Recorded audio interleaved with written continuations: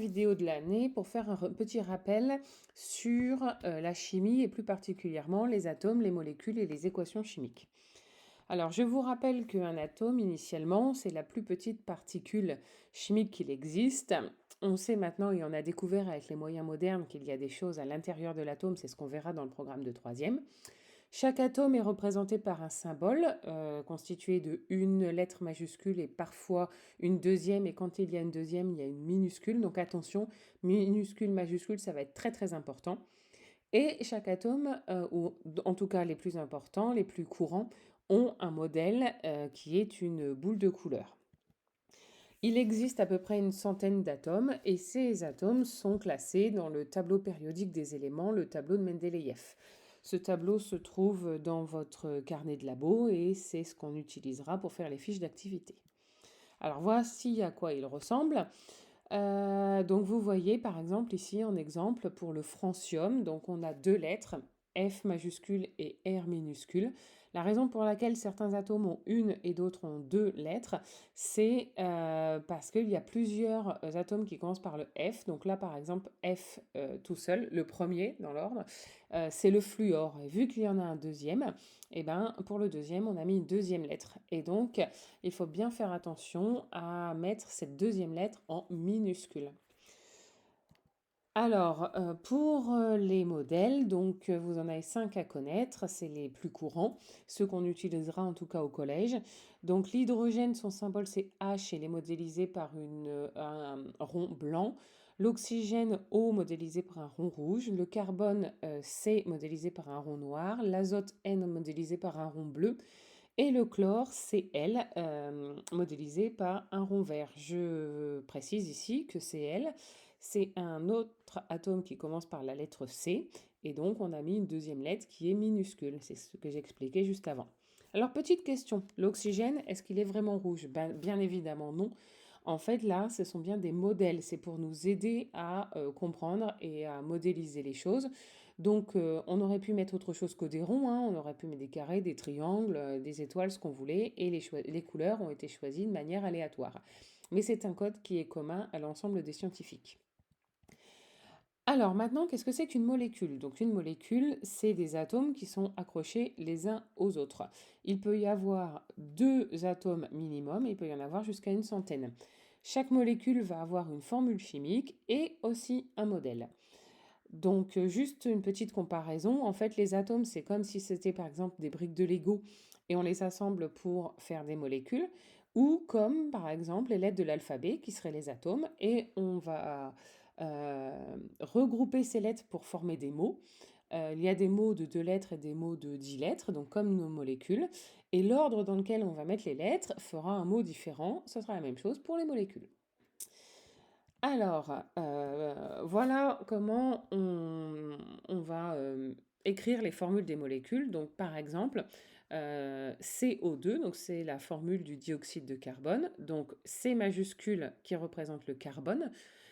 Ici, il n'y a pas de numéro. Donc, quand il n'y a pas de numéro, c'est-à-dire qu'il y en a un. Donc, c'est-à-dire qu'il y a un atome de carbone. Et ensuite, ici, O majuscule pour l'oxygène, avec un indice petit 2 pour dire qu'il y a deux atomes d'oxygène. Donc cette molécule, elle comporte trois atomes, un de carbone, deux d'oxygène. Donc si on passe à la modélisation, on a bien l'atome de carbone noir qui va être au centre et les deux atomes d'oxygène qui vont être de part et d'autre, qui sont modélisés par des ronds rouges. Au niveau de l'ordre, pour l'instant, vous n'êtes pas forcément censé les connaître, c'est quelque chose qui vous verrez au lycée. Alors, voici les formules et les molécules que vous devez connaître pour l'instant, que vous avez normalement vu en quatrième. Donc, le dioxygène de formule O2, il possède deux atomes d'oxygène et son modèle, c'est donc deux ronds rouges qui sont collés. Dihydrogène H2, deux atomes d'hydrogène, deux ronds blancs. Diazote N2, deux atomes d'azote, deux ronds bleus. L'eau H2O, deux atomes d'hydrogène, un atome d'oxygène, donc un rond rouge et deux ronds blancs. Le dioxyde de carbone que l'on vient de voir, CO2, et le méthane, CH4, donc un atome de carbone et quatre atomes d'hydrogène, avec la modélisation qui est ici.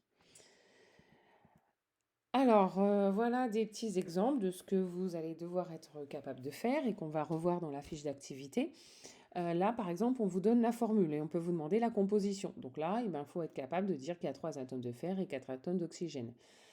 À l'inverse, on peut vous donner la composition, vous demander la formule. Donc ici, on vous dit qu'il y a un atome de carbone, 4 atomes d'hydrogène, un atome d'oxygène. Donc ça donne une formule CH4O.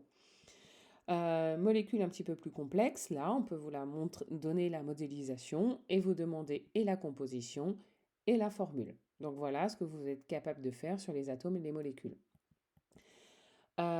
Autre petit exemple ici, on vous demande qu'est-ce qui est modélisé? Est-ce que c'est 2 atomes d'hydrogène? Est-ce que c'est 2 atomes de dihydrogène? Ou est-ce que c'est 2 molécules de dihydrogène?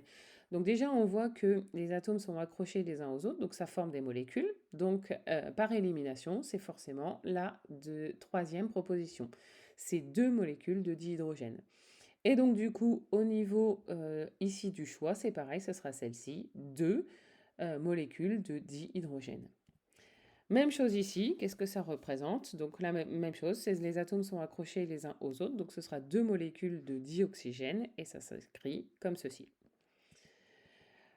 Alors maintenant, nous allons passer aux transformations chimiques. Donc les molécules vont réagir entre elles. Ce que l'on a au début d'une transformation chimique, ça s'appelle des réactifs, et ce que l'on a à la fin, ce sont les produits. Donc ça, c'est 2 termes qui sont importants et qui sont à connaître. Réaction chimique, transformation chimique, c'est la même chose. Alors voilà, juste un petit exemple. Donc des réactifs, il en faut minimum 2. Avec un seul réactif, on n'aura jamais de réaction. Des produits, il peut y en avoir un ou plusieurs. Et ce qui est important, c'est qu'il va falloir que ce soit équilibré. Donc ça, c'est pareil, c'est quelque chose que vous avez commencé à voir en classe de quatrième et qu'on va revoir cette année. Donc il faut exactement les mêmes atomes avant et après. Donc dans les réactifs et dans les produits, la seule différence, c'est que ils ne vont pas être accrochés de la même façon, donc il ne va pas y avoir les mêmes molécules, mais les atomes sont exactement les mêmes. Donc on a un équilibre. Alors, on va voir ça un peu plus en détail. Donc là, par exemple, quand on va avoir une transformation chimique, il y a 3 façons de l'écrire. Donc la première, c'est le bilan. Donc le bilan, on écrit en toutes lettres. Carbone plus dioxygène donne du dioxyde de carbone. Ça se transforme. Donc ça, c'est le bilan. Ensuite, on peut avoir la modélisation. Donc cette fois-ci, on va modéliser. Donc le carbone, c'est un rond noir, c'est un atome. Le dioxygène, c'est une molécule avec 2 ronds rouges. Ça se transforme en dioxyde de carbone, qui est une molécule. Et la troisième façon d'écrire, c'est celle qu'on utilisera le plus souvent et celle à laquelle vous allez devoir aboutir, c'est l'équation chimique. Donc là, on écrit avec les formules. Donc C plus O2 se transforme en CO2. Donc là, cette transformation est assez simple, il n'y a pas besoin d'équilibrer. On va voir que ça peut se compliquer. Juste une petite remarque, donc quand on a une transformation chimique, rien ne se perd, rien ne se crée, tout se transforme. Donc là, un petit exemple avec des Legos. Donc là, par exemple, on a 4 Legos bleus, 1, 2, 3, 4, 6 Legos verts, je ne vais pas compter, mais voilà, des Legos rouges, des Legos jaunes. Donc ça, ce serait les réactifs. On casse tout, donc ça c'est la transformation chimique, et ça se réarrange de façon différente pour former des nouvelles molécules, des nouveaux objets. Mais par contre, les nombres de Lego, donc nos atomes, sont conservés. Donc ça, c'est peut-être une image que vous pouvez garder en tête pour essayer de comprendre et de visualiser un petit peu plus les équations chimiques. Alors, on va arriver au fait d'équilibrer les équations. Donc là, par exemple, quand on a du carbone qui se mélange avec du dioxyde de carbone pour former du monoxyde de carbone, pardon, vous voyez que pour que ça puisse être équilibré, il a fallu ici qu'on mette 2 atomes de carbone et qu'on mette 2 molécules de monoxyde de carbone. Et donc, ça s'écrit de la manière suivante. Donc ici, on met un 2 devant, qui veut dire qu'il va falloir qu'on ait 2 atomes de carbone, vont réagir avec une seule molécule de dioxygène pour former 2 molécules de dioxyde de carbone. Et donc, ce que vous allez devoir savoir faire à la fin de l'année de troisième, c'est équilibrer les équations chimiques, c'est-à-dire trouver les coefficients ici qu'il va falloir mettre ou non pour que l'équation soit équilibrée. Alors, on va voir 2 exemples. Donc le premier exemple, ça va être le méthane. Donc le méthane se réagit avec le dioxygène pour former du dioxyde de carbone et de l'eau.